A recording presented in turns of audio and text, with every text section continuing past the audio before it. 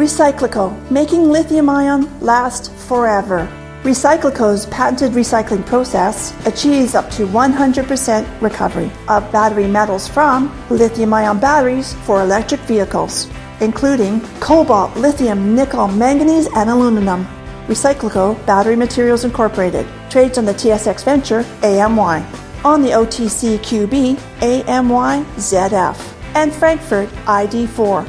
For more information, visit recyclico.com or phone us at 778-574-4444. Recyclico, making lithium-ion last forever. You're listening to HowStreet.com radio, available online at TalkDigitalNetwork.com.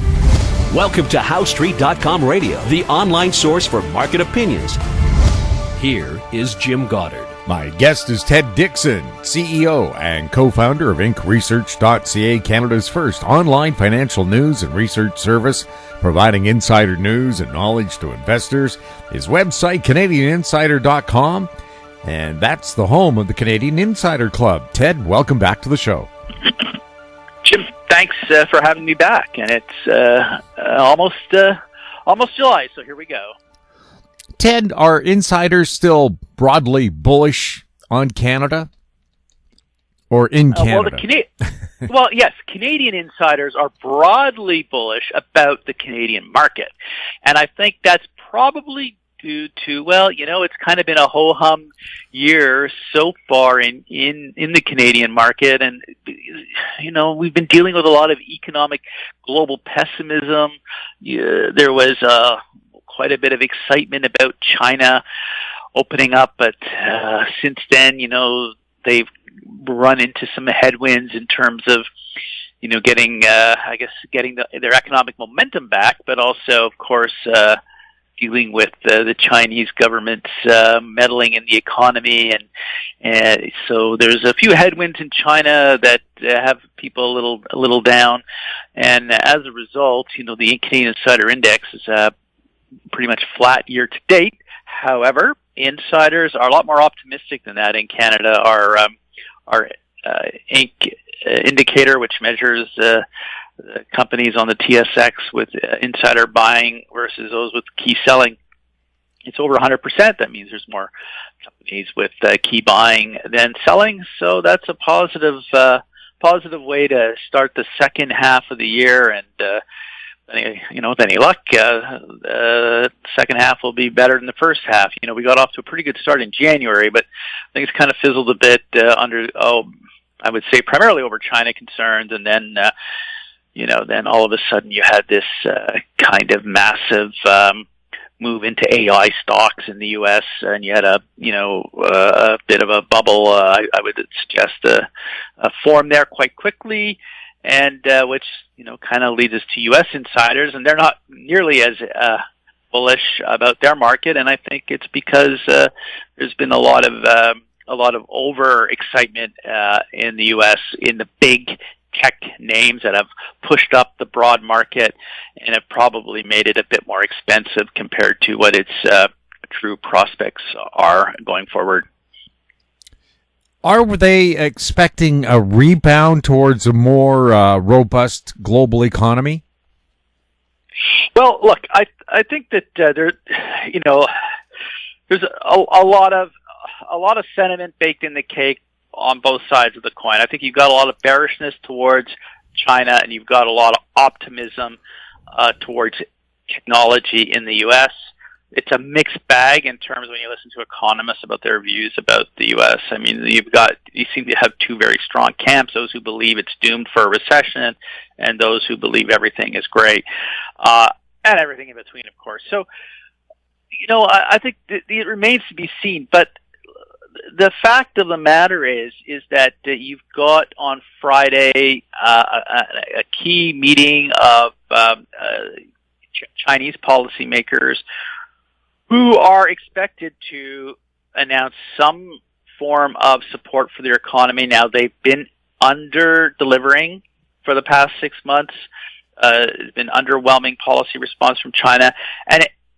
But in some respects, you can't criticize them too much because they haven't gone full-blown Fed and full-blown Joe Biden in pumping and full-blown Justin Trudeau in pumping the economy with stimulus, it's not necessarily a bad thing if they're taking their time to get it right. Now, so far, I think it is fair to say that the Chinese policymakers have not got it particularly right. They meddled in their tech industry, and there isn't a lot of confidence, I believe, in the private sector in China, with the government's interference with ongoing daily life there.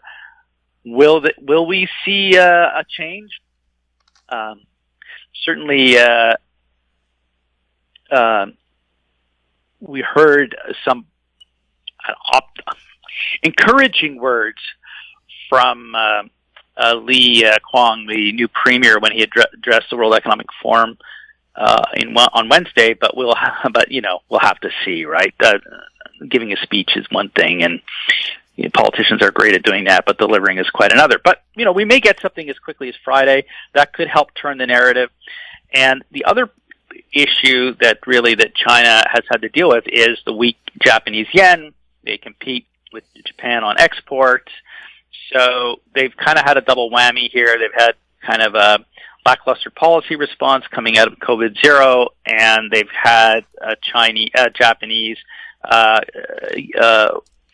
yen that's been weakening, which makes Chinese exports less competitive. So yeah, double whammy for China, but let's not over-exaggerate it. I think it's manageable, and just because, like I said, they're not going nutso on the stimulus, you can make it, that's a good thing, but they do need to, I would suggest, try and do things to bring confidence back, and I don't know if they're capable of doing that. I mean, we'll see, because they've got ideological agenda, and but they also have a practical need to keep the economy moving. So we'll see how they do, and I don't think we'll have long to wait. If we don't get it this Friday, I believe there's another major Politburo meeting in July. So maybe we'll get something by then. So you could see the second half start off positively for Canadian stocks, because they are exposed to the global economy, and China is a big part of the global economy, of course, as all your listeners are well aware. I think you mentioned that American insiders are getting cautious again. Could valuations be the culprit? Well, I think so. I think we everything in terms of the market advance this year, and like the Nasdaq is up 36%. Like, Jim, it's all multiple expansion. And yes, there is some rationale for multiple expansion because inflation came down, but I think a lot of it is money printing from the Fed, and a lot of it, is monetary stimulus. Now, wait a minute, you're saying they're raising interest rates? They are, but there's a big difference between the Jerome Powell Volcker II Fed. He likes to cast himself as the modern day Paul Volcker. Well, there's a big difference between what Paul Volcker did and what Jerome Powell did. Was that when Paul Volcker raised interest rates back in the early 80s and late 70s, he didn't pay interest on bank reserves. And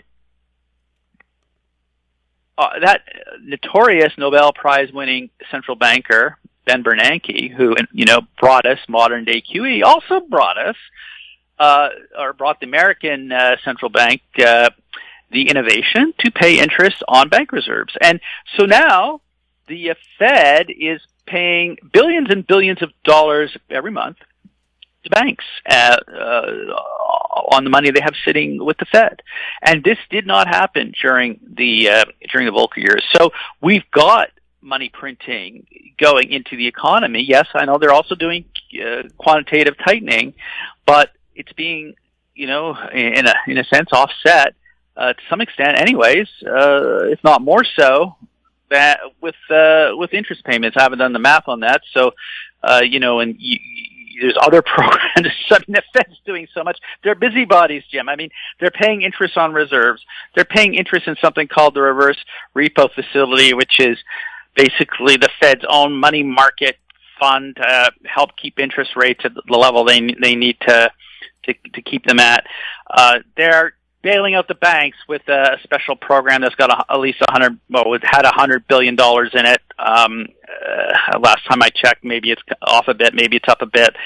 The Fed's doing a lot. It's a busybody, and that is a lot different than when Paul Volcker was simply raising the interest rate. So there is a lot of support that the Fed is giving the economy, and of course Joe Biden's massive deficits.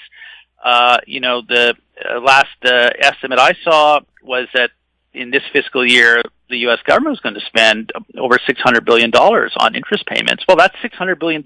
That's going somewhere. It's going to bondholders, treasury bill holders. Some of them are the Japanese and the Chinese, but a lot of them are, American savers. And now they've got some money in their, in their money market accounts, in their bond accounts. And what are they going to do with it? Well, maybe they're going to buy a new car. Maybe they're going to recycle it into the capital markets. We're going to have to see, but it's stimulative in that respect. So yes, the banks in the U.S. are cutting back on some of their lending, but again, you've got this counterforce of these massive interest payments that are hitting the U.S. economy. But again, this is all kind of debt-based growth, and compare that with what I think China is trying to engineer, and we will see where it's a bit more a cautious approach. Now they've done their fair share of deficit spending in the past, but we're talking about here going forward, and we'll have to see if the Chinese are able to generate a bit more quality in terms of their growth, and again we'll be watching in the weeks ahead. But certainly, the Chinese strategy for all its imperfections, they've certainly managed to carve out a position for China in the electric vehicle market. They're now, I think, arguably the global leader in that. They're starting to export their electric vehicles around the world, and now the U.S. is trying to play catch up. So it's we're in a very interesting competition between the U.S. and China. Both economies are growing, and I don't think that it will pay to get too bearish here in the months ahead. And as Canadian insiders, they're positioned for a rebound in global optimism. So we'll see if that plays out. We'll have more with Ted Dixon right after this. Don't miss out. Stay informed. Receive the HowStreet.com weekly recap with thought-provoking podcasts, radio, and articles delivered to your inbox. Sign up for the HowStreet.com weekly recap on our homepage at HowStreet.com. Welcome back. We're speaking with Ted Dixon. Ted, are Canadian provinces blowing it? Well, the federal government, no matter what one, you think of them one way or the other, they have at least over the past 2 years put together a strategy on the energy transition that, is an industrial policy that has started the Canadian electric vehicle industry. And I know there's mixed feelings amongst that, in terms of some, in terms of views on it. But the fact of the matter is they're doing it. Okay. And whether it's a good thing or a bad thing, they're doing it, and they're allocating a lot of money to it. So we are getting plants, investment decisions made, battery plants, primarily in Ontario and in Quebec. And I expect we'll get more for those two provinces. Now the question is, what about what are the Canadian provinces, provincial governments doing? Okay, and particularly the resource-based ones, because the federal government has put in place measures for Canada to participate in the entire EV transition supply chain, right from the resource base. For example, in the last budget, they brought in, they extended flow-through tax credits all the way down into lithium brine extraction. So, and they've got plenty of tax credits available for mining capital expenditures in the electric battery area, metals area. So the federal government has put incentives there. But what's happening in the provinces?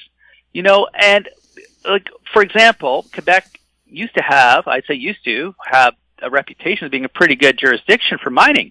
But what's going on there, Jim? Alchem, which is a large lithium player based out of Australia, it has the Galaxy mine in Quebec. The federal government has approved that mine, but the Quebec government has not. We're still waiting for the Quebec government approval. Now, I never thought I'd live the day when the federal government is ahead of a province on approving a mine.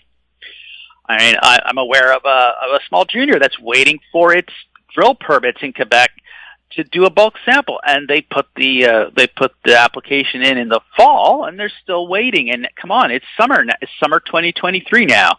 Like, what's going on in Quebec? And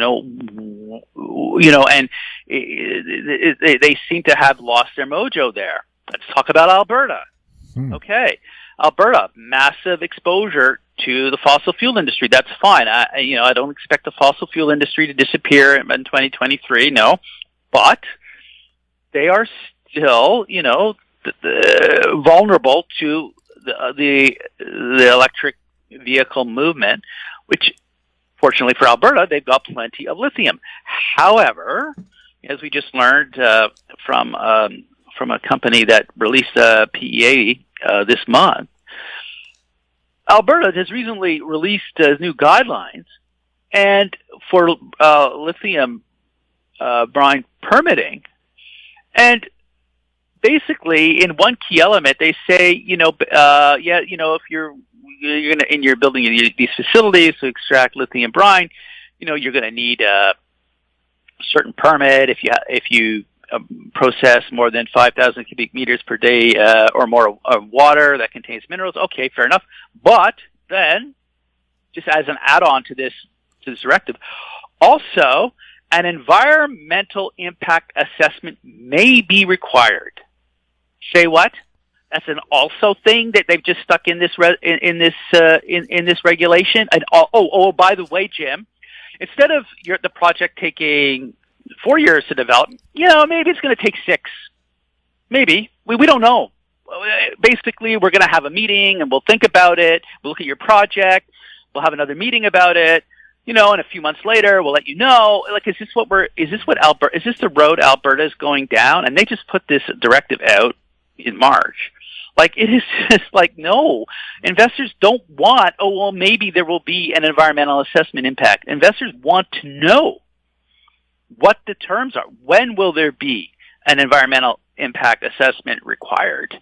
Okay, like what is the criteria so we know? Okay, so as far as I can see, Alberta's at the risk of blowing it on the lithium brine area if they don't kind of provide some guidance pretty quickly in terms of what is going to be required. And Alberta is one of the probably better provinces to go through this process, but still leaving the uncertainty there is just not it's just not what drives investment. Like, it just isn't. Like, Jim, if you can invest in a project that's going to be, think of it, if you're buying a house, a pre-built house, you have 2 houses to look at. One builder says, you'll have your house in 2 years. We'll start building it now. You'll have it in 2 years. Another builder says, okay, we'll start building it now. Once we start building it, then they're going to think about some of the plans, and then, we'll determine whether it's going to take 2 years or whether it's going to take 6 years. Which house are you going to buy, right? Like, this is like regulators and governments have to get their heads around this. I mean, Jim, is this a climate emergency or is this a let's pretend climate emergency? I mean, I'm beginning to think it's the latter, right? Because if it's an emergency, you got to move fast, right? So, let's say, heaven forbid, like I'm having a heart attack here at home, and my wife phones the 911. I want the ambulance to come quickly. I want it to come prudently. I don't expect a driver to run people over and get into an accident. But I don't expect the operator to say, okay, well, we'll send the we'll send the ambulance, but we've got to do a study first to see, how we're going to get there, what kind of wildlife is on the road, like, we're worried about the noise the ambulance might make because of the rabbit population. And we, no, if there's an emergency, you get to it, right? And so these provinces, they've got to get their act together, and they really do. And if there's a climate emergency, they've got to act like it's an emergency and stop messing around. And if it's not an emergency, that's fine. Then stop all this stuff about how important it is to have carbon taxes and everything. Like, either go with what you're saying, or recalibrate to something that's more laid back. Okay, that's fine. Then we'll go invest in other things, and we won't dig all this lithium up if it's not that important. But why are you spending all this money on the EV transition if you're not in a hurry? And if you're in a hurry, well, then do the whole work, right? Get your act together. I mean, we pay these governments to do a job for us, and it's just like, and seeing this thing like also an environmental impact assessment may be required. No, that's not good enough. And Alberta's gotta shape up, right? They really do. Otherwise, they're gonna, we'll lose out to China, because I tell you, in China, there is no also an environmental impact assessment may be required clause, right? And I'm not saying that's good or bad, but, they're going to continue to build out their battery metals capability.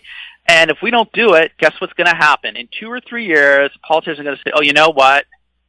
We have this climate emergency, and we just haven't been able to do the lithium extraction in Canada, so we're just going to have to buy them from China. We don't like it, but we're going to have to. And that's what will happen because of these bureaucrats and this bureaucracy, and it's going to be our own fault. So, yes, I think the Canadian provinces are blowing it, and they have to get their act together, and they have to get their act together very quickly. Will BC's framework speed things up? Well, hopefully it will. What the BC has basically, under the EV government, has developed, a framework that basically, if I understand it correctly, involves around the proponents, like companies that want to do a project. They have to engage, fair enough, with First Nations and cut arrangements with them, get arrangements with them, understandings with them. And once they get those in place, then that would allow for the permitting process to move quicker, in theory. So we will see. I've seen it's early days, and I've seen some encouraging signs on this. I've seen a junior gold and copper miner on Vancouver Island get a nice permit package for 5 years after it announced that it had reached an agreement with the First Nations on this project. So there are some hopeful signs, but again, it's easy for things to get stuck at the bureaucratic level, even when it gets to the point where it needs a final cabinet decision, that can take weeks and months. Well, we need BC to set, and all these governments to set some timelines and some benchmarks so that they too can be held accountable for their performance in all of this. So, investors, we have to hold boards of directors and company CEOs accountable.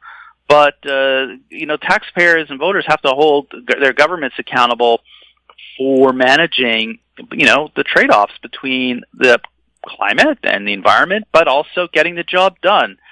So we will see, and let's hope that BC's framework, there are some encouraging signs. So let's hope that BC kind of emerges here as one of the more efficient jurisdictions. But we'll have to see. Can gold still rally this summer? That's a great question. We put out a piece in our top gold report, basically back in April, talking about the dog days of summer for the dollar. Now we're into summer. The dollar's had a bit of a rally here. But look, I think the key headwinds for the dollar are still in place, okay? Recently, the dollar's been rallying, but again, I think that's because of yen weakness and Chinese renminbi yuan weakness, okay, more or less. Yes, we hear the Federal Reserve pounding their chest about raising rates, but, the fact of the matter is they have a very debt-juiced economy, and they probably do need to have higher rates. But I think the other problem is that their banking system is still rather fragile. And in fact, the Financial Times just reported this week that, one of the largest banks in the U.S., a very big bank, has $100 billion in paper losses on its balance sheet, with it says, treasury holdings that it amassed during the COVID. Well, if that doesn't faze you, $100 billion in paper loss, then there's nothing to worry about. But I'm thinking that maybe, the Fed is aware of this, and they may not be able to move as quickly as even they want to. Yeah, and I know there was a stress test, and everything's supposed to be great. Everything's fine, but, they did the stress test, I believe, in 2022, and it didn't seem to pick up the issues with the banking system that happened in March. So I wouldn't put too much stock in that. So no, I think I think that the U.S. is benefiting from its higher rates, but whether the rates are actually high enough, given what their structural, debt situation is, I'm not sure that they even are. So that the fact that they may be limited to how much more they can raise rates could be a small net gold positive. But look, the major driver of gold is going to be the structural geopolitical changes that are going on, and where countries, not just China, not just Russia, but India, Brazil, a whole host of Middle Eastern countries have, seen what happened with the sanctions, and they're going, I think we better diversify. And this is a long-term trend. It's not going to happen overnight. And I know the dollar bulls are always out there saying, "Oh, you see dollar de-dollarization," and then they'll pull out some statistic. And look, it's happening. And you can see they're putting together cross-currency payment platforms that avoid the dollar. It's all happening on the margin, but that's where it matters, on the margin. So, the U.S. has had a great run as a global reserve currency. I think it's going to stay the dominant global reserve currency. I don't think that's the question. The question is, does it increase or lose market share? And I think just based off of risk management for other countries, it's going to lose market share. For nothing else, they're going to want to diversify their risk. They're not going to want to wake up one day and be faced with an unpleasant prospect of having to, stop some economic activity because the U.S. government has declared a sanction, and or comply with the sanction. So, there's just going to be some risk management on that front. But no, I think the U.S. is still going to be the dominant currency. But again, it's on the margin. You're going to see some shifting away, and that will be on the margin a benefit for gold. How high does gold go? How fast does it go? I don't know. But in terms of the trend, I think the trend is your friend, and yes, I know it's hit its head here. 2000, but the trend is still, I believe it's going to be pretty good for gold over the next few years. So you just have to be patient, and and then the idea of looking at gold stocks is it's a bit of a different kettle of fish. I'm going to think that's going to be a project by project situation again, company by company, management by management, jurisdiction by jurisdiction set of questions and analysis that investors will have to work through. Is one of the problems in Canada our politicians are in session and actually working for only a few weeks of the year? What are they doing with the rest of their time? No, I don't think so. I think the less sometimes politicians work, the better. And, look, of all the hype for AI, one of the things that can really help is in government. Okay, and so what I would like to do, I'd like our politicians to do is set up a committee, that has some some identifiable deadlines to look at AI regulation, and B, how they can apply AI to cut government waste and government expenditure. Because I'm telling you, Jim, there's a lot of things in government that you could use AI to do, and you could eliminate a lot of bureaucrats. Instead of having 10 bureaucrats doing policy reviews and license reviews, you could have probably cut it down to 2 or 3 using AI. AI won't replace all the government managers, white collar government managers, but I'm sure you don't need as many of them once you master how to use AI to do a lot of the work. So there's a lot of potential efficiencies coming over the next 5 years if government sees it. And given that no government really wants to raise taxes, I think the path of least resistance is going to be to apply AI to help reduce the cost of government. Anyway, I hope that's the case. Ted, anything else that we should be keeping a close eye on? Well, I think the big 2 developments this summer will be, does China get its policy together in terms of boosting its economy? And secondly, what does the Bank of Japan do with its ultra easing policy? They're sending out signals that they're about to change it. And it'll just be incremental, but that will be a big deal again. That would be gold positive. That would be resource commodity positive, because you would kind of put a cap on the U.S. dollar. The yen would likely strengthen. So, look, they have another policy meeting towards the end of July. They might do some press, they might do some leaks ahead of time to kind of set the stage. So it could be a very interesting July coming up, Jim. So it could be quite a fascinating summer ahead.